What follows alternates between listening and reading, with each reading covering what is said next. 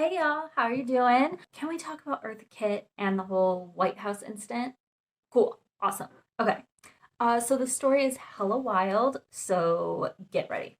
So basically, we're gonna get into how the president of these United States got so butthurt because Eartha Kitt had brought up some like very real concerns about racial inequality and the war, and so he decided to destroy her career and her reputation and her life. Yeah. So that's what we're going to talk about. If you don't know, Eartha Kitt was a very famous actress and singer, mostly in Europe and America. Eartha was born on a cotton plantation in South Carolina.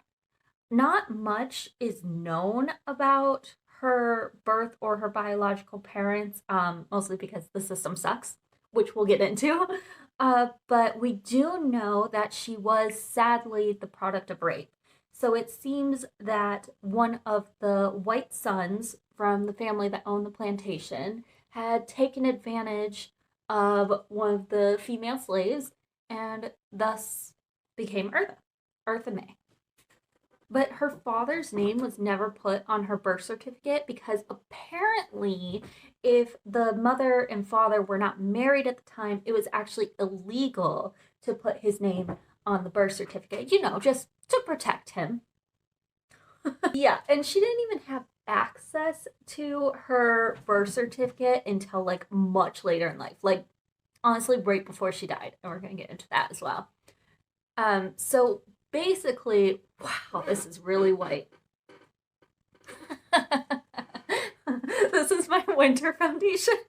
I mean, we just started winter, so it's a bit light. Been searching for her birth certificate, but apparently she had been looking under the wrong name because she was looking for Eartha Kitt, and apparently the birth certificate was under a different name. In 2008, she was invited to perform at a benefit at the University of South Carolina. So, kind of as a joke and kind of not, because she had been searching for her birth certificate for so long with no luck, she was like, oh, well, maybe you should have the students of that school do a research on Eartha Kitt, and maybe they can find a piece of paper that at least says I exist. So they did end up finding the birth certificate, um, and they called her down and she got it and such. But that is when they told her, we know who your father is, but we can't tell you who your father is. And even then, like, she was talking about it in an interview, and she was like, I still don't know the name of my father. I have to go to court, like a probate court, and have the judge decide if he wants to let me know who my father is. Yeah, there's a lot of that in this story. So that was actually the year that she died. So it was either 2007 or 2008, and she died at the end of 2008. So, and I don't know if she ever ended up going to the probate court to learn who her father was. I have no idea. I didn't find anything about it, so I don't know. So basically, she went her whole life not knowing basic information about herself. She did not know her full former name. She did not know who her father was.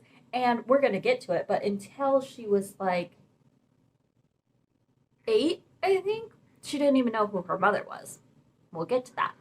So it's all kind of fucked up, and it gets worse. Eartha was originally raised by this woman who was a slave on the plantation, who she was under the impression at the time that this was her mother, and we'll get to it, but she wasn't. She was like 5 years old. Her mother wanted to marry this other man on the plantation who already had kids, and he said, and I quote, I don't want that yellow gal in my house, meaning Eartha.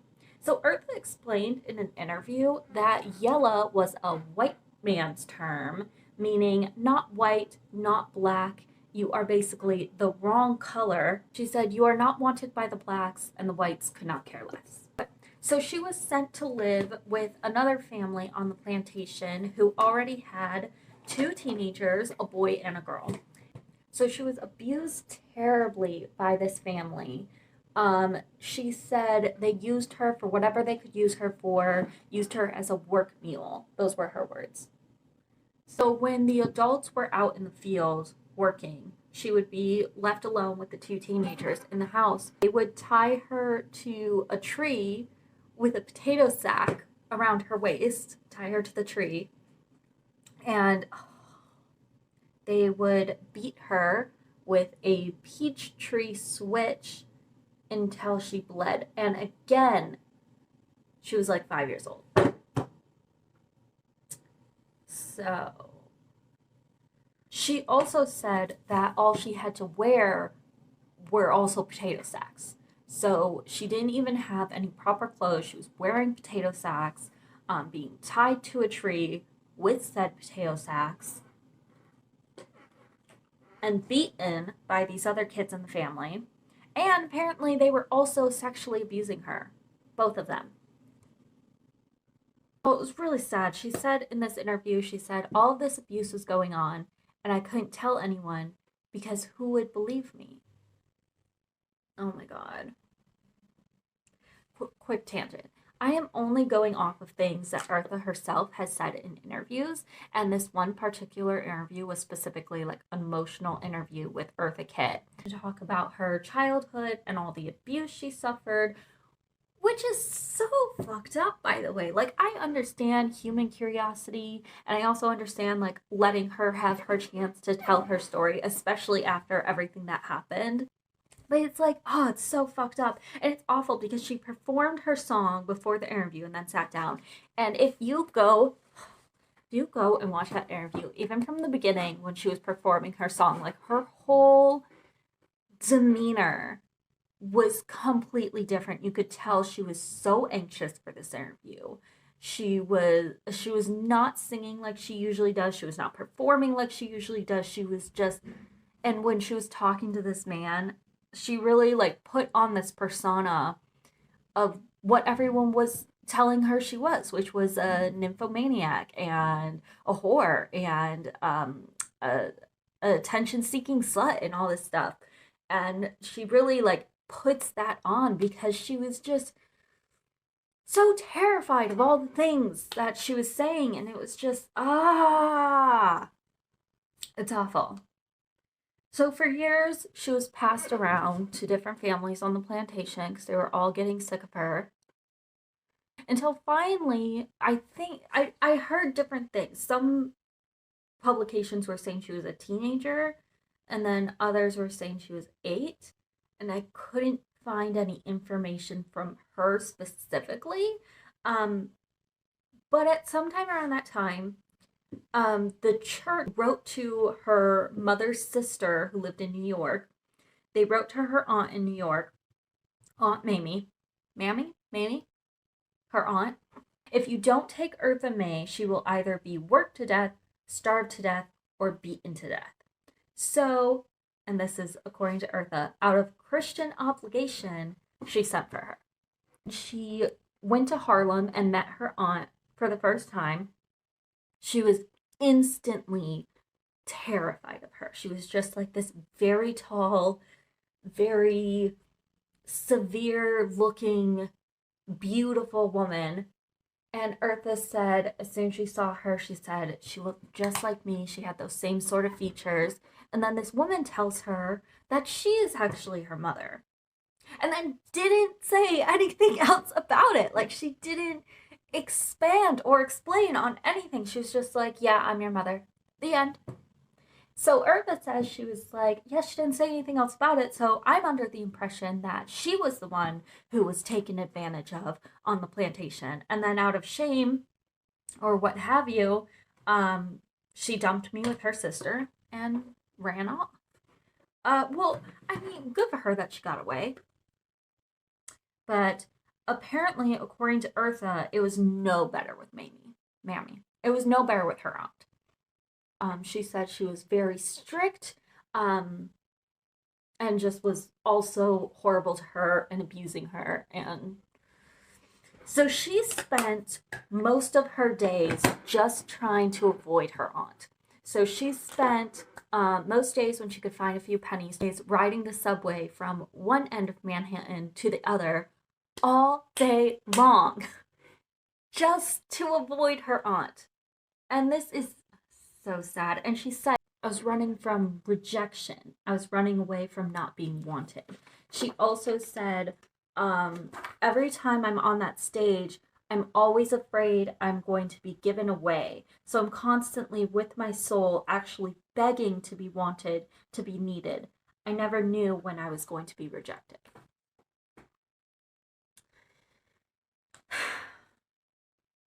I can't, y'all. I can't with this story. And even with all that abuse, Eartha knew she would be someone someday. And not just like that she would be, but that she had to be and get that kind of love from somewhere. And it makes it so heartbreaking knowing that there were people out there saying that she was a whore and she would do anything for attention and all this stuff. And it's like, I mean, honestly, maybe that's true, but also, like, fucking duh. But it's just, oh. But she did. She made it. She started off, I got distracted. I'm not even doing my makeup anymore. But she started at the New York School for Performing Arts. And then she studied with Catherine Dunham when she was 16, going on to join Dunham's dance troupe. Touring for years across Europe. And she was a nightclub singer in Paris for many, many years, a Broadway star, and a very successful singer and actress. And she also starred in the Batman series in the 60s, in the late 60s, as Catwoman. But that all ended, or at least took a sabbatical in 1968. So here the fuck we go. At this time, we were still heavily involved in the Vietnam War. So the Vietnam War was fought between North and South Vietnam, and it lasted like 20 fucking years. So we were backing South Vietnam for fucking years. It finally pulled out in 1973, and the war went on, I believe, until either 75 or 78. Honestly, I could go on and on about the dumpster fire that was the Vietnam War and our involvement in it, but that is not what this story is about. So I'm just going to fast forward to 1968. And I'm going to focus and actually do my makeup because Eartha was at the top of her career. She was starring as Catwoman in the Batman series. And at this time in America, the Vietnam War was a huge controversy. And not just the war, but specifically our involvement in it. People were growing very tired, didn't want to be there anymore, because it felt fruitless. Again, I could go on and on, but the protests of the war had escalated to an all-time high. So the First Lady, Lady Bird Johnson, decided to throw a luncheon to discuss crime prevention. Okay. Basically blaming the youth of America, specifically young black men, of, what we've always heard, being thugs, rioting, running amok, all that bullshit. So she threw a luncheon, invited 50 or so women, and the title on the invitation of what they were going to discuss was, "Why is there so much juvenile delinquency in the streets of America?" So Eartha Kitt was invited, and she had done a lot of work with inner city kids, with her Kittsville group in Los Angeles. She was also working to get a building in Washington for Rebels with a Cause. She did a lot of work. She also said, "I had worked with different communities across America and in foreign countries like the Aboriginals in Australia and Canadian Indians, so I know what their feelings are. But when they ask you what the basic problem is and you tell them, you find they don't want to hear that. They want to hear, how are we doing? Am I getting good credit for putting flowers on the side of Highway 66? The problem is, they don't realize how angry the American people are. She was invited, and when she got the invitation, she had originally said that she wasn't going to go. She had no interest in going because she saw it for what it was. She knew that was just political bullshit. It wasn't real. We're not going to get to the real problem. Nobody wants to listen to what's actually happening, and I'm not fucking going. She shouldn't have gone. But then the White House officials kept calling her, and they were like, "Oh no, Lady Bird, she really wants you to be there. She admires you so much. She wants to hear what you think of the subject." So finally she was like, "Okay, I'll go." And this is the part of the horror film where we're all going, "Don't go in there!" But she did. So she goes to the luncheon. They sent a car for her to take her to the White House to the luncheon. And as soon as she got there, she was instantly triggered because it looked a lot like the house, the plantation house, where she was born and abused. So she was already feeling very uncomfortable, and she was thinking that there's no point in this. They're not going to listen. This is bullshit. This is stupid. Why am I even here? But she went hoping that what she said would actually matter.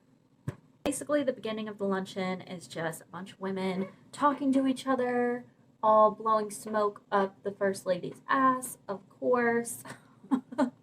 And then, before everything started, the President Johnson, comes in and gives a little speech, about how great all these women coming together, blah, blah, blah, blah, blah.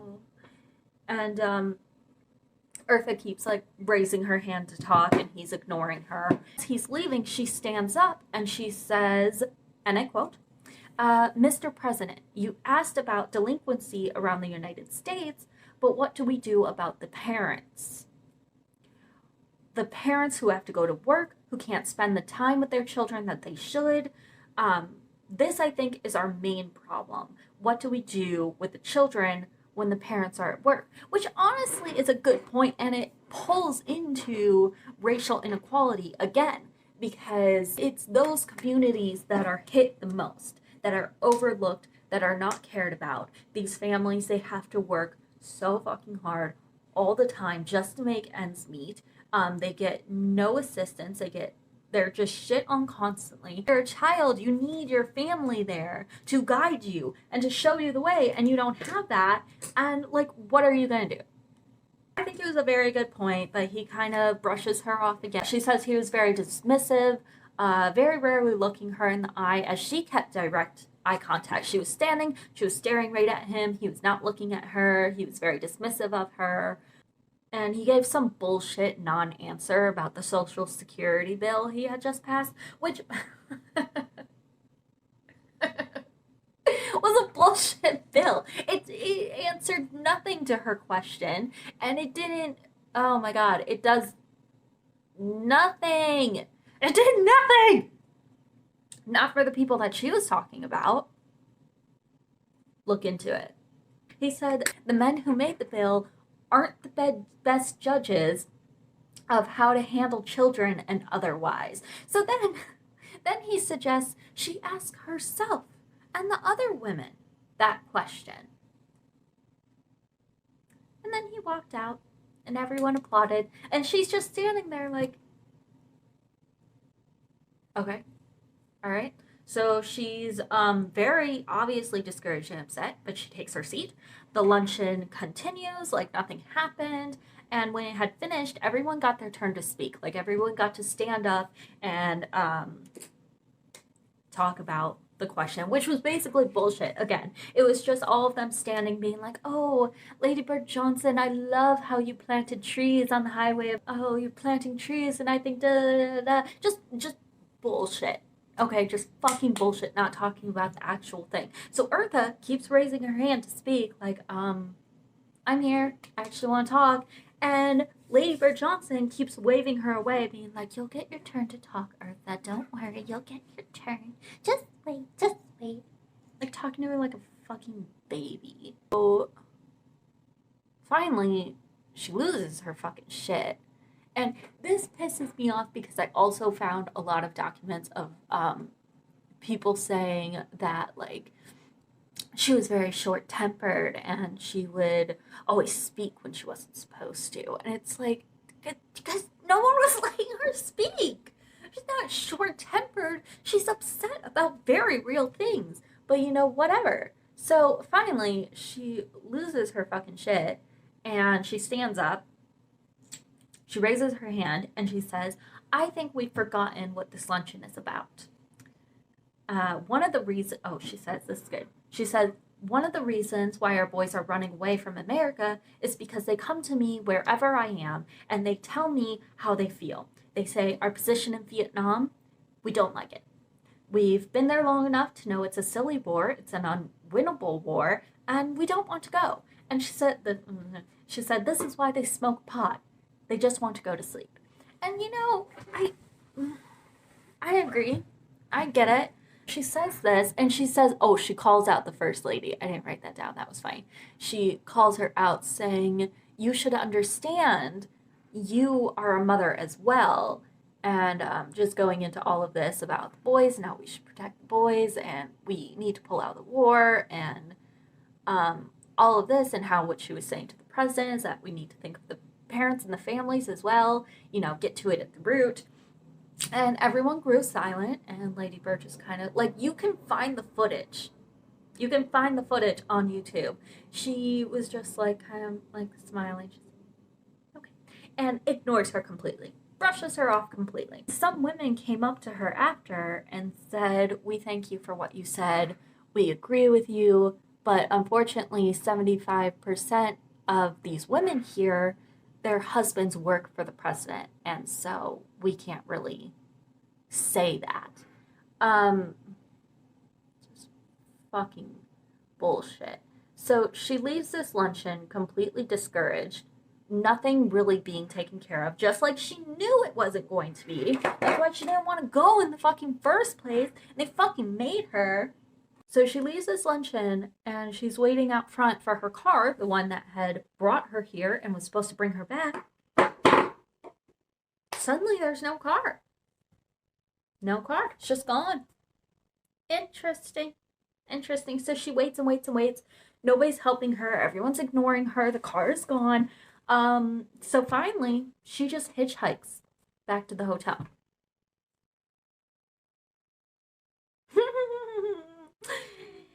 Yeah, so she hitchhikes back to the hotel, and then a little while after that, she's in a car, and she hears on the radio, Eartha Kitt made the first lady cry, and she was like, I never saw her cry. And again, you can see the footage. You didn't see, she didn't cry.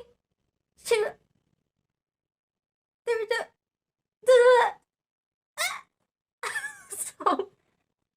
this is fucking bullshit. And then all of a sudden, she's not getting any work. People that she had contracts with suddenly couldn't find the contracts. And then she was recasted on the Batman series. I think it was in season 3, I want to say. And then suddenly they had a completely different Catwoman. Like, not a different character, just a different actress. They just replaced her. No word. Just got rid of her contract. And all these nightclubs and everything that she got contracts with suddenly couldn't find the contract. And she was not getting any work. And she didn't understand why. Like, no one was telling her what was going on. And for a while, she said, she was like, well, I kind of assumed maybe, I wasn't getting work because my popularity was waning. And that happens.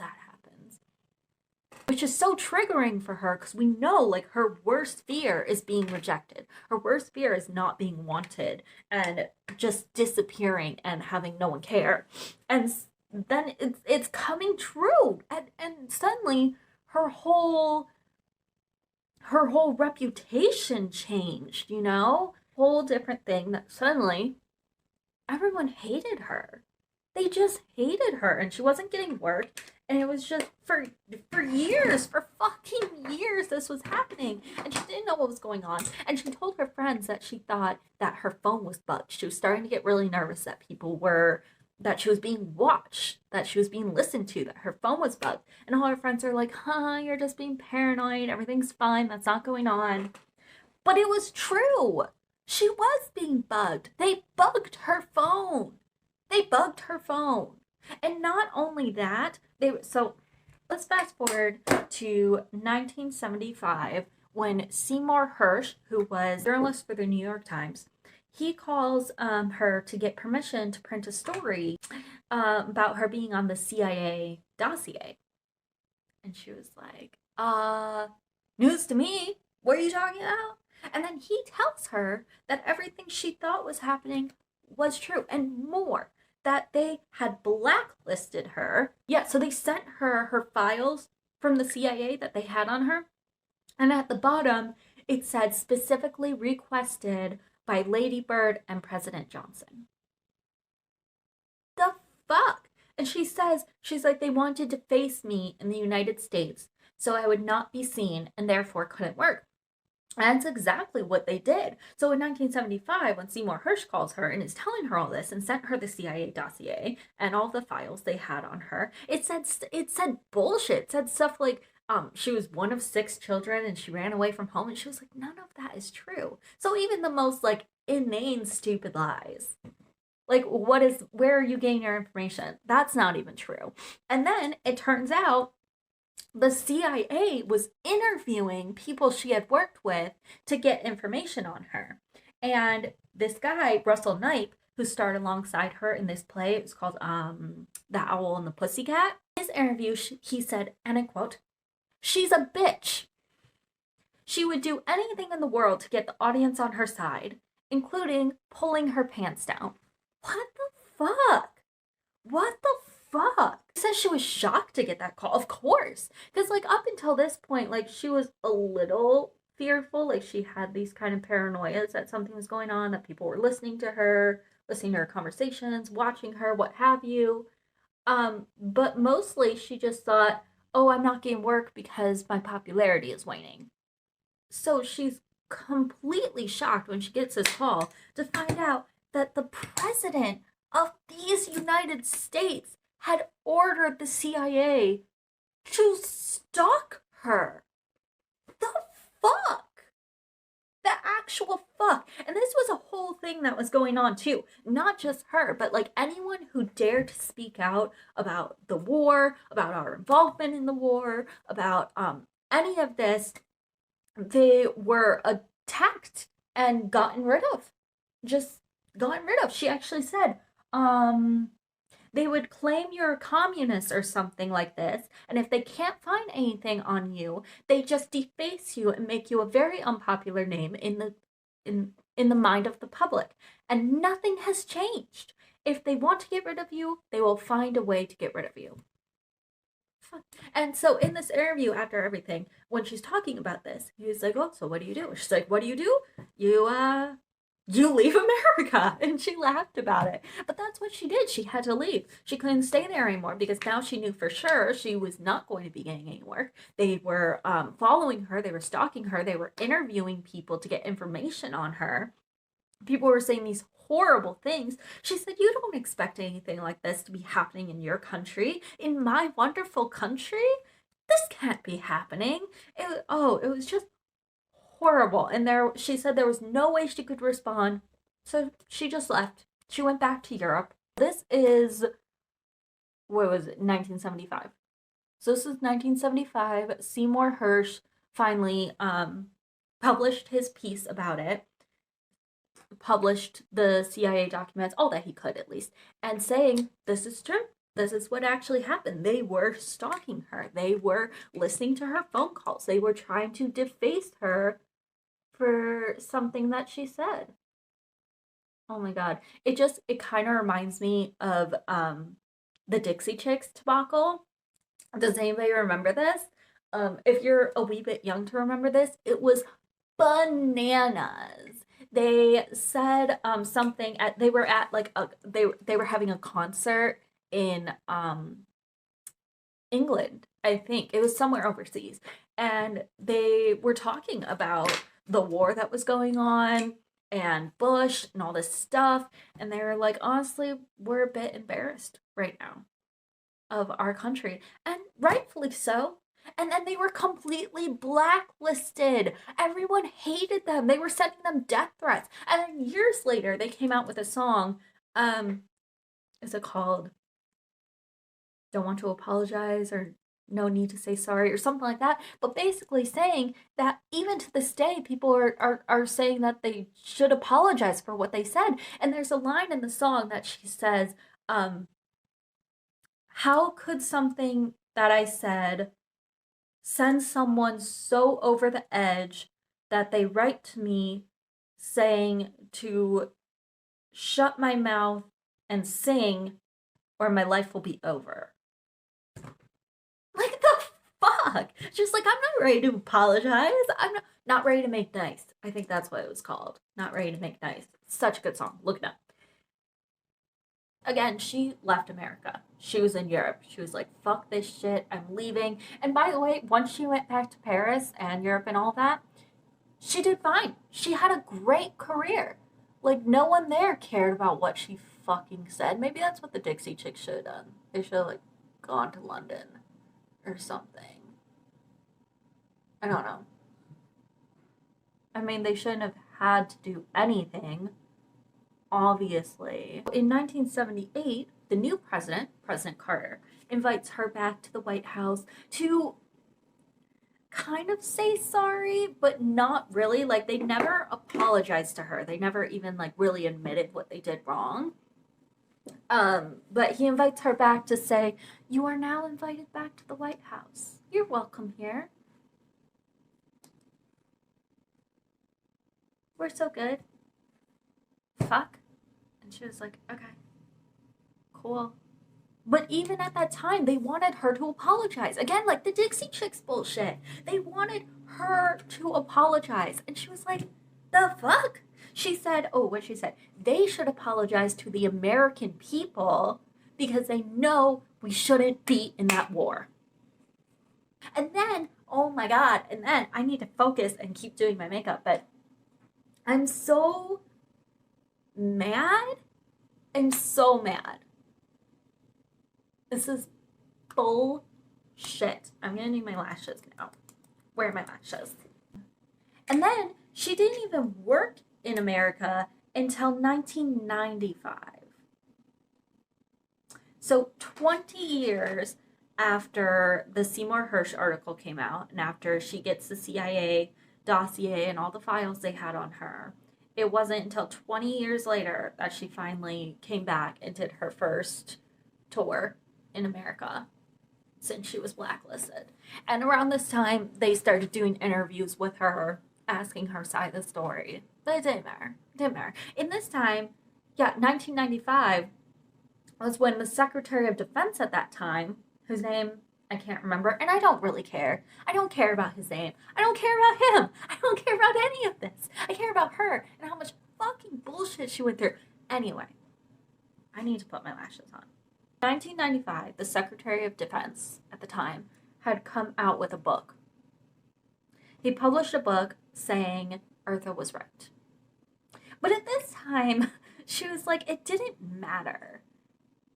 At this time, it didn't matter to her. She didn't care because she still lost all of those years.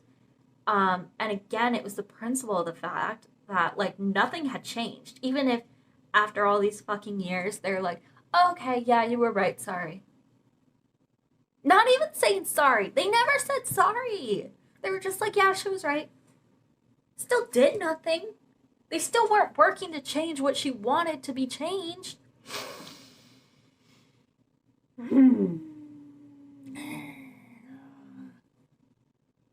Yeah, so she still lost all those fucking years. She doesn't care that he came out with his goddamn book saying, oh, Eartha was right. And she says, I can't understand how the man who had the fate of these young boys in his hand for so many fucking years, and he was afraid. He didn't have the guts to say, I'm sorry, but morally, we shouldn't be there. We're killing our boys for nothing at all. And she was fucking right. She was right. And they don't teach that shit in school. Where the fuck did my lash glue go? I'm getting heated. I'm getting so heated. Where the fuck? Oh, here it is. I'm getting so heated. Just fucking right. They don't teach that in the fucking history books because America doesn't want us to know that we're fucking wrong sometimes. Everyone's fucking wrong. Like, even fucking Germany is so sorry for everything that happened and for backing Hitler. Like, they teach it in their schools. Fuck. Yeah, she said in an interview, she was like, I still can't believe it. I still can't believe it, and you never know if it's still going on because my side of the story was never told, was never listened to, was never cared about. Oh, she also said when she originally came back to America in 1952, because like I said, she was a nightclub singer in Paris and doing all these things in Europe, and then she finally comes back in 1952 when all this shit is going on and the anti-America thing and oh, and she says, I was shocked when I came back to America in 1952 and saw this was going on. I said, my wonderful country? This kind of thing can't be happening to us. We fought a war against things like this with the Germans. And again, fucking Germans are apologizing, but we're not fucking apologizing about any of the shit that we did. Anyway, she says, yeah, we fought a war against things like this with the Germans, but this isn't supposed to be happening. We're not supposed to be afraid of our government.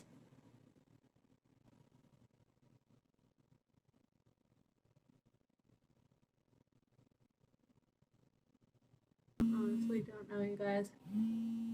I don't know.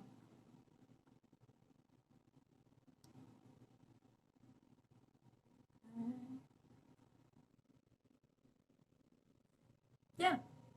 So that's it. That's the whole story of how the President of the United States got fucking butthurt over something some woman said that was very real, and he blacklisted her. And again, this isn't just about Eartha Kitt, okay? This isn't just like he got butthurt after something Eartha said. No, this was a whole fucking thing of destroying anyone who dared speak out against him or our involvement in the war or anything that he was doing. He would destroy them. He would get rid of them. And it's also the story of how fucking racist everyone was to her and the bullshit that she fucking went through. And I cannot get over that thing that guy said about she would do anything to get the audience on her side, including pulling her pants down. Like, what the fuck are you talking about? What are you talking about? Like, there are so... When I was researching this story, I fell down so many fucking rabbit holes.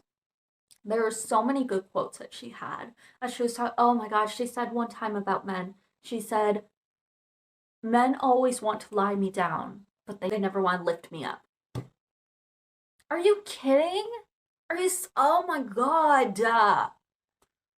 But I love Eartha Kitt and all the shit she had to go through and how she still accomplished her dreams and then had it all taken away. And again, we know that her worst fucking fear was to be thrown away, was to be given away, was to be rejected. And that's what they fucking did to her. How triggering is that? And how she still pulled herself up and said, okay, well, I'm done here. I'm going back to Europe. I'm going to continue my career. And then she still fucking comes back and says, okay, I'm coming back to America in 1995 and continuing her career here, and gave us great films like Holes and Emperor's New Groove and all of her music. Oh my god.